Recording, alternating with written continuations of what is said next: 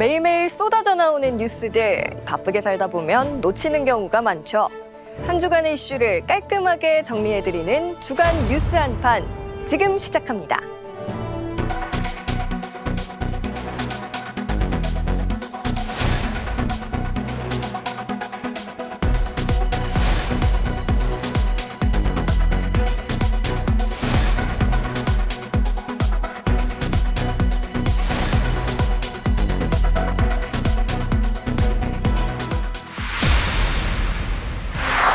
네, 22일 월요일 국회에선 박민식 국가보훈부 장관 후보자에 대한 인사청문회가 열렸습니다. 윤석열 정부의 첫 보훈처장인 박 후보자, 청문회를 통과하면 부처 창설 후 62년 만에 승격하는 국가보훈부의 첫 장관이 됩니다. 야당은 박 후보자의 과거 겸직 논란 등을 추궁한 반면 여당은 보훈처장을 지내면서 이미 능력이 입증됐다고 엄호했습니다. 야당은 시작부터 박민식 후보자의 과거 국회의원 시절 변호사 겸직 의혹을 집중 추궁했습니다. 국회의원 당선 직후인 2008년 4월 24일 개업을 했습니다. 있던 법인에서도 빠져야 할 국회의원이 말이죠. 박 후보자가 검사직을 그만두고 국회의원으로서 신고한 재산 내역이 1년 사이 25억 원으로 불어났다며 전형적 전관예우에 해당한다고 도덕성을 고리로 비판을 이어갔습니다.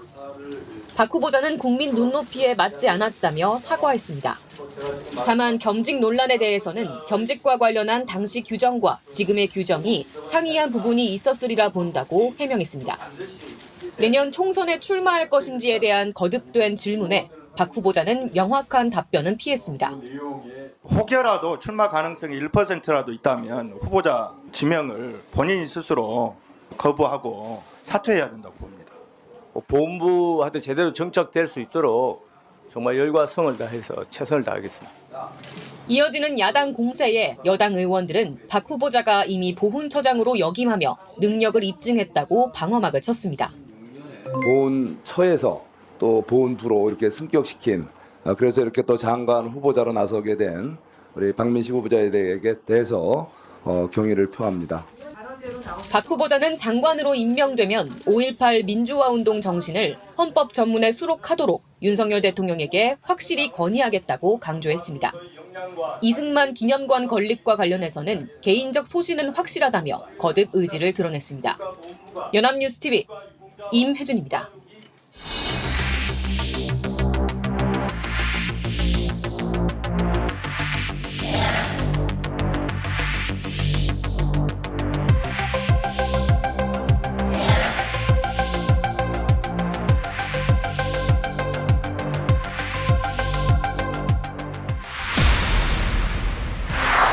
고 노무현 전 대통령 서거 14주기인 23일 화요일, 노 전 대통령 고향이자 대통령 묘역이 있는 경남 김해 봉하마을에서 추도식이 엄수됐습니다. 여야 지도부는 노 전 대통령을 한 목소리로 추모하며 통합의 정신을 기렸습니다. 노 전 대통령 14주기 추도식을 맞아 여야 지도부는 봉하마을로 총집결했습니다. 지난 광주에서 열린 5.18 민주화운동 기념식 이후 닷새 만에 다시 한자리에 모인 겁니다. 국민의힘 김기현 대표는 올해도 봉하마을을 찾아 추모에 동참했습니다. 보수정당으로서 외연 확장과 함께 통합 행보를 꾀한 모습입니다. 생각과 철학을 달리한다 하더라도 대한민국의 전직 대통령으로서 예우하고 그에 대한 존중의 뜻을 표하는 것이 마땅하다고 생각합니다. 민주당 인사들은 이번에도 대거 추도식에 참석하며 내부 결속에 나선 모습입니다. 이재명 대표는 노 전 대통령 저서에서 따온 올해 추도식 주제를 강조하며 노무현 정신을 기렸습니다. 더디다. 그러나 진보한다는 역사에 대한 우리 노무현 대통령님의 말씀과 믿음을 다시 상기하게 됩니다. 정치권에서는 김진표 국회의장, 노무현 재단 이사장을 맡고 있는 정세균 전 국회의장, 정의당 지도부 등도 참석했습니다. 문재인 전 대통령은 부인 김정숙 여사와 함께 2년 연속 자리했습니다. 참여정부 때 국무총리를 지낸 한덕수 총리는 지난해에 이어 올해도 정부 대표로 봉하마을을 찾았습니다. 윤석열 대통령은 이진복 정무수석과 화환을 보내 고인을 추모하고 유가족에게 애도의 뜻을 전했습니다. 현안마다 부딪히던 여야였지만 추도식에서만큼은 노 전 대통령의 국민 통합 정신을 기렸습니다. 봉하마을에서 연합뉴스TV 차승은입니다.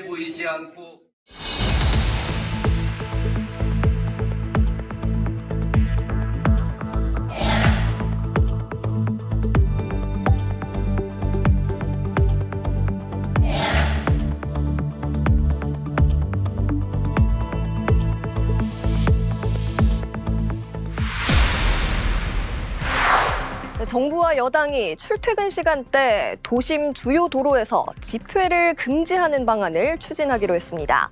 지난주 민주노총의 도심 1박 2일 집회를 계기로 엄정 대응하겠다는 방침인데요. 야권은 파업 노동자에게 기업의 손해배상 청구를 제한하는 이른바 노란봉투법을 본회의에 직회부하며 맞불을 놨습니다. 국민의힘과 정부는 윤석열 대통령이 지난주 민주노총의 도심 노숙 집회를 강하게 비판한 지 하루 만에 당정협의회를 열고 구체적 대응 방침을 내놨습니다. 불법 전력이 있는 단체를 비롯해 출퇴근 시간대 집회와 시위는 제한하는 방침을 검토하고 심야 시간대 집회 금지 관련 입법을 추진한다는 겁니다.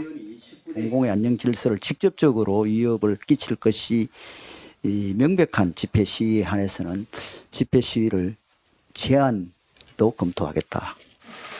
민주당은 헌법에 보장된 집회 시위의 자유를 침해하는 위헌적 발상이라고 강력 반발했습니다. 집회 시위에 관한 법률이 대체 대한민국 정치 발전과 민생 경제에 무슨 해악을 끼쳤습니까? 국민의 입을 틀어막는다고 정권의 실정이 가려지지는 않습니다. 동시에 그간 여권이 강력 반대한 노란봉투법 강행 처리 수순에 들어가며 맞불을 놨습니다. 이날 열린 국회 환경노동위원회에선 국민의힘 의원들이 반발하며 전원 퇴장한 가운데 민주당과 정의당 주도 아래 재석 의원 10인 전원 찬성으로 노란봉투법의 본회의 직회부가 의결됐습니다. 국민의힘 반대 속에 해당 법안이 법사위 관문을 넘지 못하자 야당이 환노위 다수석을 활용해 본회의에 곧바로 안건을 상정하는 절차를 개시한 겁니다. 국민의힘은 기자회견을 열고 다수당의 폭거이자 돈봉투 게이트, 김남국 코인 게이트로 위기를 맞은 민주당의 국면 전환용 결정이라며 헌법재판소에 권한쟁의 심판을 청구하겠다고 했습니다. 여야가 끝내 입장차를 좁히지 못한 채 야당이 노란봉투법의 본회의 통과를 강행할 경우 결국 윤 대통령의 3호 거부권 대상이 되는 것 아니냐는 관측이 벌써 나오고 있습니다. 연합뉴스TV 김수강입니다. 한편 경찰은 다음 달 12일까지 불법 집회 해산 훈련을 재개한다고 밝혔습니다. 경찰이 집회 대응 훈련을 하는 건 지난 2017년 이후 6년 만인데요. 지난주 건설노조의 이른바 노숙 집회 이후에 밝혔던 엄정 대응 방침의 연장선으로 풀이됩니다. 야당과 노동계는 민주주의의 퇴행이라며 비판의 목소리를 높였습니다.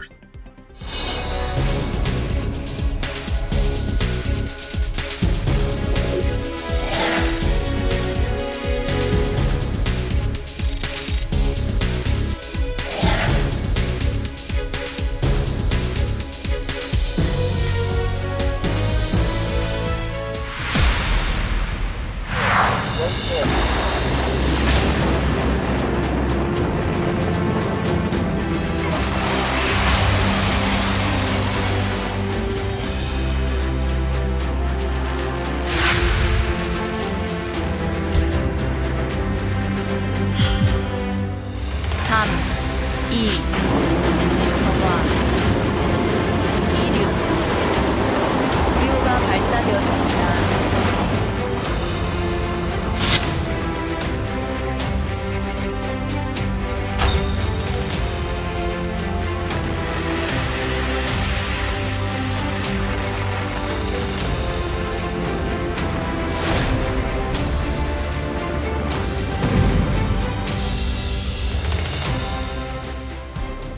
컴퓨터 간 통신 이상으로 발사가 하루 연기됐었죠.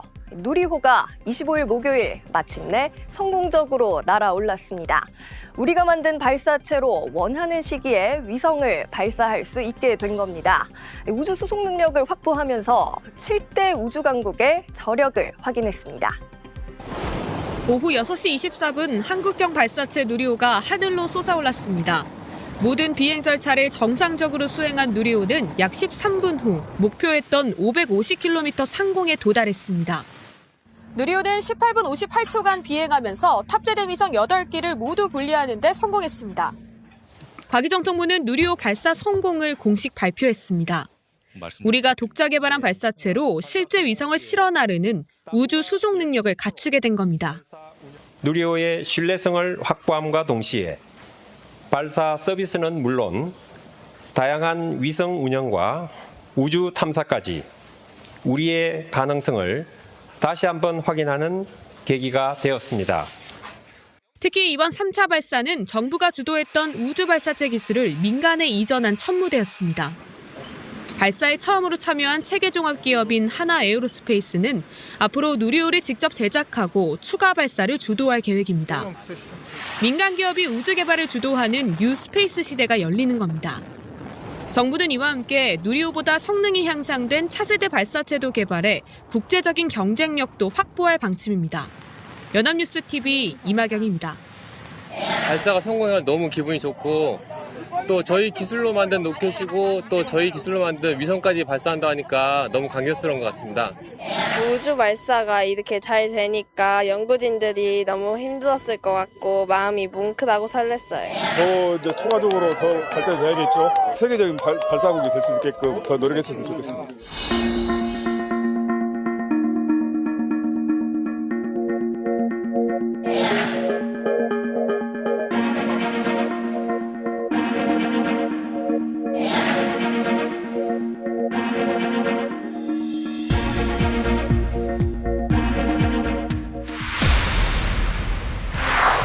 일본에서의 공식 일정을 마무리한 우리 후쿠시마 오염수 시찰단이 26일 금요일 귀국했습니다. 시찰단장인 유구키 원자력안전위원장은 착실히 점검했다 이렇게 밝혔는데요. 국민 불안을 씻어낼 수 있을지 관심이 쏠립니다. 5박 6일의 방일 기간 시찰단은 후쿠시마 원전 현장 점검을 비롯해 일본 측 관계기관과의 기술회의 등을 진행했습니다. 우리 전문가들이 검토해온 내용을 바탕으로 다액종 제거 설비인 알프스와 방류전 오염수를 저장하고 측정하는 K4 탱크 등 주요 시설과 장비를 살폈다고 시찰단은 설명했습니다.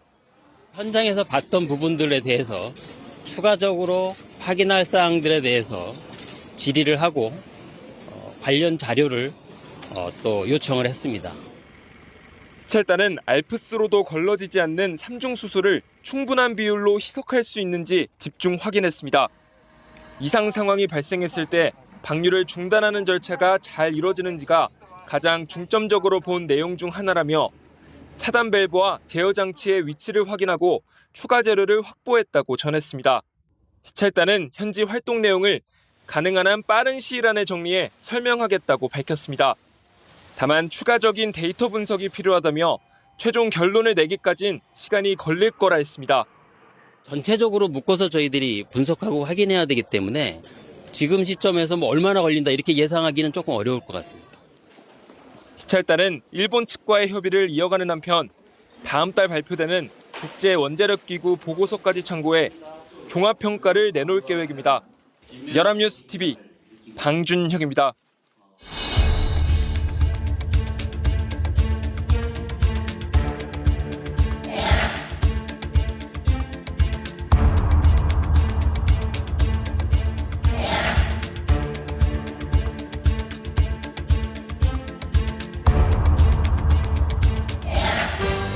둘리야, 철들지 말거라. 추억의 만화 속 고길동의 편지가 어른들을 울리고 있습니다. 다 크고 보니 이제야 그의 애환이 보인다는 건데요. 둘리를 괴롭힌다며 악역으로 오해받던 젊은 가장. 얄밉게만 느껴졌던 아저씨에게 우리가 공감하는 건 그때나 지금이나 여전히 삶이 팍팍하기 때문이겠지요. 바늘구멍 취업문을 뚫으려 분투하는 어른들.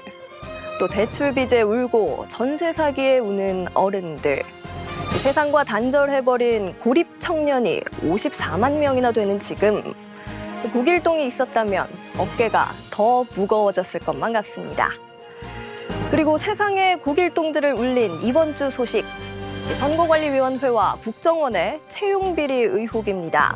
선관위 간부들은 자녀에게, 또 전직 국정원장들은 지인에게 채용 특혜를 줬다는 건데, 아빠 찬스라는 말이 진부해진 오늘. 그들이 사는 세상은 정말 바뀔 생각이 없는 건지도 모르겠습니다. 어쩌면 철들지 않는 것도 하나의 특권이었을까? 국일동 아저씨의 바람은 아이러니하게도 아저씨를 결코 이해하지 못할 사람들만이 지킬 수 있을 것 같습니다.